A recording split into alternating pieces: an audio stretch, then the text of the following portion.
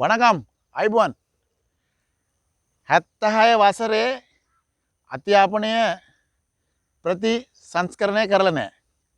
76 ஆண்டுகளாக இலங்கையினுடைய கல்வி சீர்திருத்தத்தை செய்யாமல் மக்களை முட்டாளாகவும் தொடர்ந்து வச்சுக்கொண்டு தங்களோட வாக்கு அரசியலை நடத்தி கொண்டு வந்த அரசியல்வாதிகளுக்கு දේශපාලන කරන ආපු දේශපාලකයෝට දැන් රිදිලා තියෙනවා දේශපාලනයෙන් අතුකාලා දැම්මට පස්සේ දැන් මේ ආණ්ඩුව ඇවිල්ලා අධ්‍යාපනය අදණ්ඩ ලෑස්ති වෙද්දී මෙයාලට රිදිලා තියෙනවා බට කරලා ගහනවා. இவங்களுக்கு வந்து 76 ஆண்டுகளாக இவங்கள் செய்யாத ஒரு கல்வி சீர்திருத்தத்தை இந்த அரசாங்கம் செய்ய போக இவங்களுக்கு இப்போ மக்களால் கூட்டி தள்ளப்பட்ட ஒரு ஆட்சியாளர்கள் இவங்களுக்கு வந்து இப்போ மேலெல்லாம் பலிக்குது.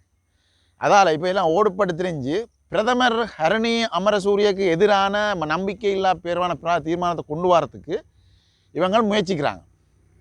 முயற்சிச்சு என்ன செய்யலாம்? ஒரு 55 பேரை திரட்டலாமா பார்லமெண்ட்டில்? இல்லை. සජිත් ප්‍රේමදාසගේ දේශපාලනයේ දැන් අවසාන. සජිත් ප්‍රේමදාස උත්සාහ කරනවා අනුරා දිසානායක කුමාර දිසානායක වගේ ඇවිදින්න, අදින්න, කතා කරන්න, ඇක්ෂන් එකක් දාන්න. ඒක එයාගේ ඇඟේ තියෙන ඒවා. ඒ ශනික එනේව. ඒ මිනිසුන්ව දැක ගමන් සංවේදී වෙන ඒවා. ඒව එයාගේ ස්ටයිල් එක. ඒක මෙයාට කරන්න බෑ. මෙයාටම කියලා ස්ටයිල් එකක්වත් නැහැ. මෙයා එකෝ රනිල් වගේ කරන්න බලනවා, පස්සේ අනුරා වගේ කරන්න බලනවා, කරලා බලනවා, ඔක්කොම වැරදිනවා. දැන් கல்வி சீர்திருத்தத்தை இப்போ கல்வி சீர்திருத்தத்துக்கு செய்ய போக சஜித் பிரேமதாசா இப்போ கையெழுத்து வாங்குறார் எல்லார்ட்டையும் கல்வி சீர்திருத்தத்தை செய்ய விடாமல் தடுக்கிறதுக்கு. நாங்களே நினச்சோம் இது வந்து ஒரு பௌத்த துறவிகளால் தான் தடுக்கப்படும்னு நினச்சோம். ஏற்கனவே வீடியோ போட்டிருக்கேன். சஜித் பிரேமதாசா இப்போ எல்லாரோடையும் கையெழுத்து வாங்குறார் இதை தடுக்கிறதுக்கு. சஜித் பிரேமதாசா என்றால் கையெழுத்து வாங்குற ஆக்கலாருன்னு பார்த்தா புனேல வெளியே நிற்கிறார். குற்றச்சாட்டில் கைது செய்யப்பட்டு புனேல வெளியே நிற்கிற சாமர சம்பத், மக்களால் நிராகரிக்கப்பட்ட மனோ கணேசன், இந்த மாதிரி ஆக்கள்லாம் இவருக்கு சைன் பண்ணோம். இவருக்கு சைன் பண்ணோம். ஏன்னு சொன்னால் அவைக்கு இப்போ செய்கிறதுக்கு அரசியல் இல்லை, ஏதோ ஒன்றை செய்ய வேண்டிய தேவை இருக்கு அவைக்கு. அப்போ இந்த கல்வி சீர்திருத்தத்துக்கு எதிரான நம்பிக்கையில் பிரேரணை கொண்டு வரத்துக்கு ஹரணி அமரசூரியக்கு எதிராக இவங்க சைன் பண்ணுறாங்க. මේක තමයි කේදනීය කියන ලංකාවේ සජිත් ප්‍රේමදාස කියන්නේ විපක්ෂ නායකයාට සටපාකට සුදුසු නැති පුද්ගලෙක්. ආණ්ඩුව ගේන මේ අධ්‍යාපන ප්‍රතිසංස්කරණය මේක එතකොට මේගොල්ලන්ට කැමති නෑ මේව ගේනේව. ඒක විතරක් නෙවෙයි ආණ්ඩුවට ගහන පාරක් නැති හින්දා මේක පාවිච්චි කරනවා හරිනීට විරුද්ධව මේව ගෙනලා ආණ්ඩුව කරන එක වැරදි කියලා මේ අහිංසක මේ ග්‍රාමීය ජනතාවට පෙන්වන්න.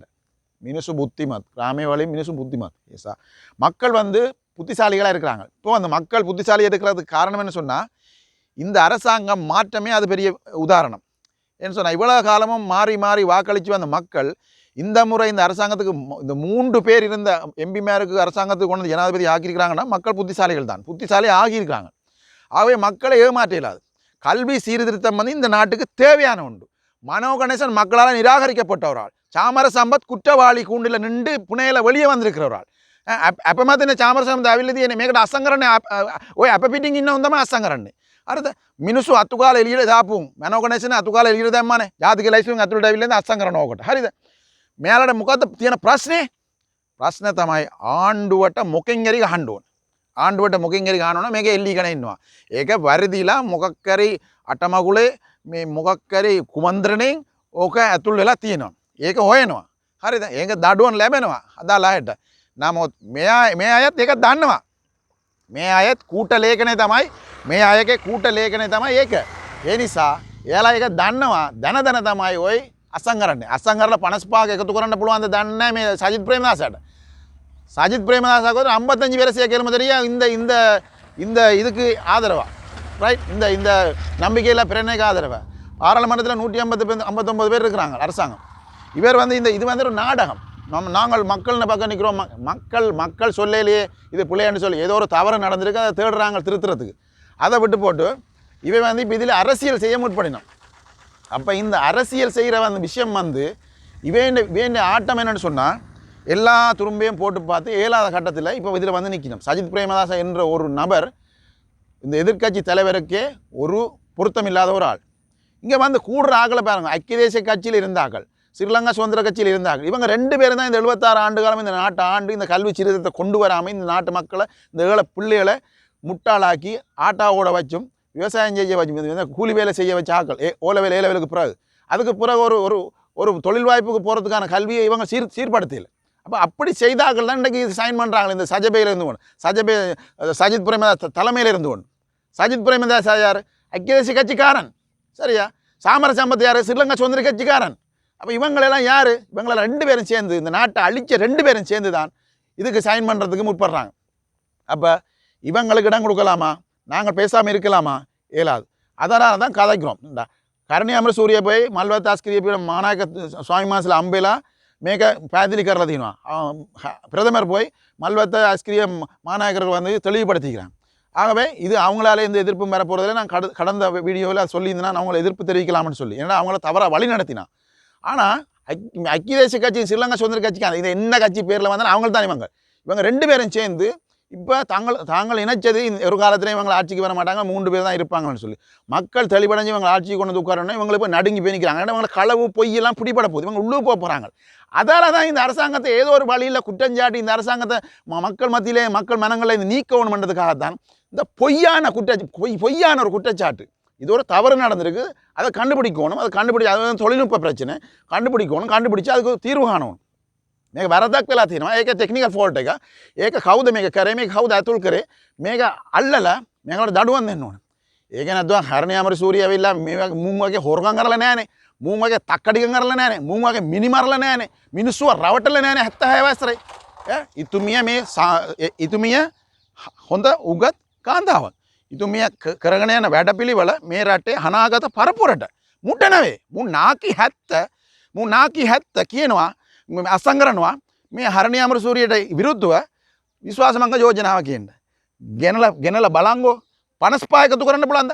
ඇට්ලිස්ට් 50ක් එකතු කරන්න පුළුවන්ද? අවසානයේ 50ක්වත් ඉතුරු වෙන්නේ නැහැ සජිත් ප්‍රේමදාසට. ඔන්න ඕකයි ප්‍රශ්නේ. හරිද?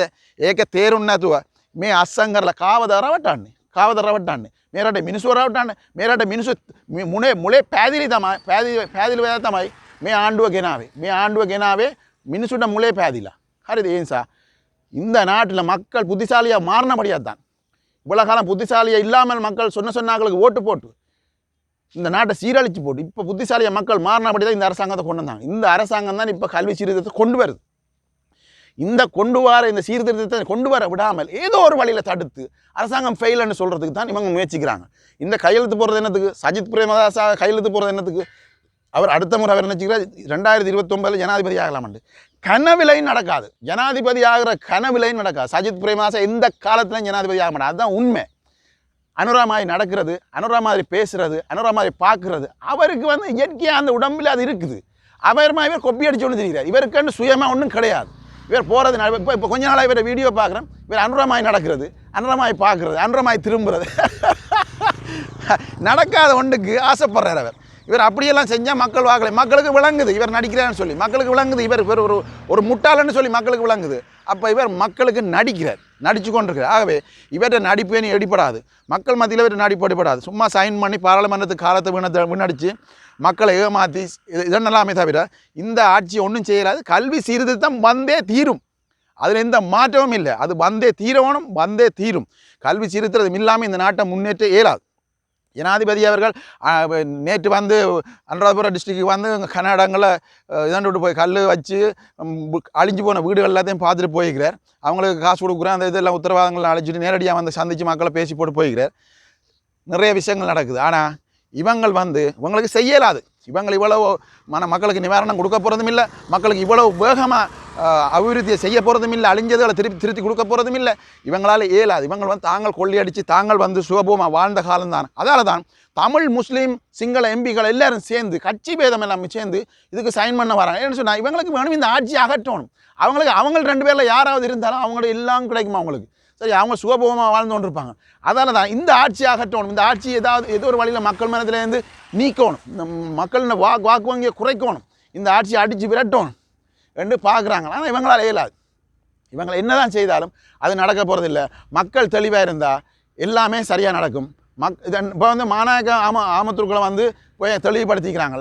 அவங்களுக்கு அது விளங்கிடுது, இவங்க என்ன சூழ்ச்சின்னு சொல்லி விளங்கிடுது. அவங்களே சொல்லிக்கிறாங்க இதை கண்டுபிடிக்க சொல்லி. அது மட்டும் இல்லை, அவங்க இன்னொரு விஷயம் சொல்லிக்கிறாங்க, அரசாங்கத்தின் இதை விட பெருமதியான டாக்குமெண்ட்ஸுகளுக்கும் இப்படி யாராவது செய்யலாம். அதை ஆனால் அதை எல்லாத்தையும் செக்யூரிட்டி பண்ண சொல்லிக்கிறாங்க. ஆகவே அரசாங்கம் சரியாகத்தான் போகுதுன்னு அவங்களுக்கு விளங்குது. ஆகவே சஜித் பிரேமதாஸ், அந்த மனோ கணேசன், சாமர சம்பத், இந்த மாதிரி கள்ளனுகள், இந்த மக்களால் நிராகரிக்கப்பட்டவங்க, கொள்ளைக்காரங்கள் இனிமேல் என்ன சைன் பண்ணாலும் இந்த நாட்டில் ஒன்றுமே செய்யலான்னு தான் எல்லாம் நாங்கள் நினைக்கணுமே தவிர என்ன செய்யலும் இவங்களுக்கு ஒன்றுமே செய்யலாது.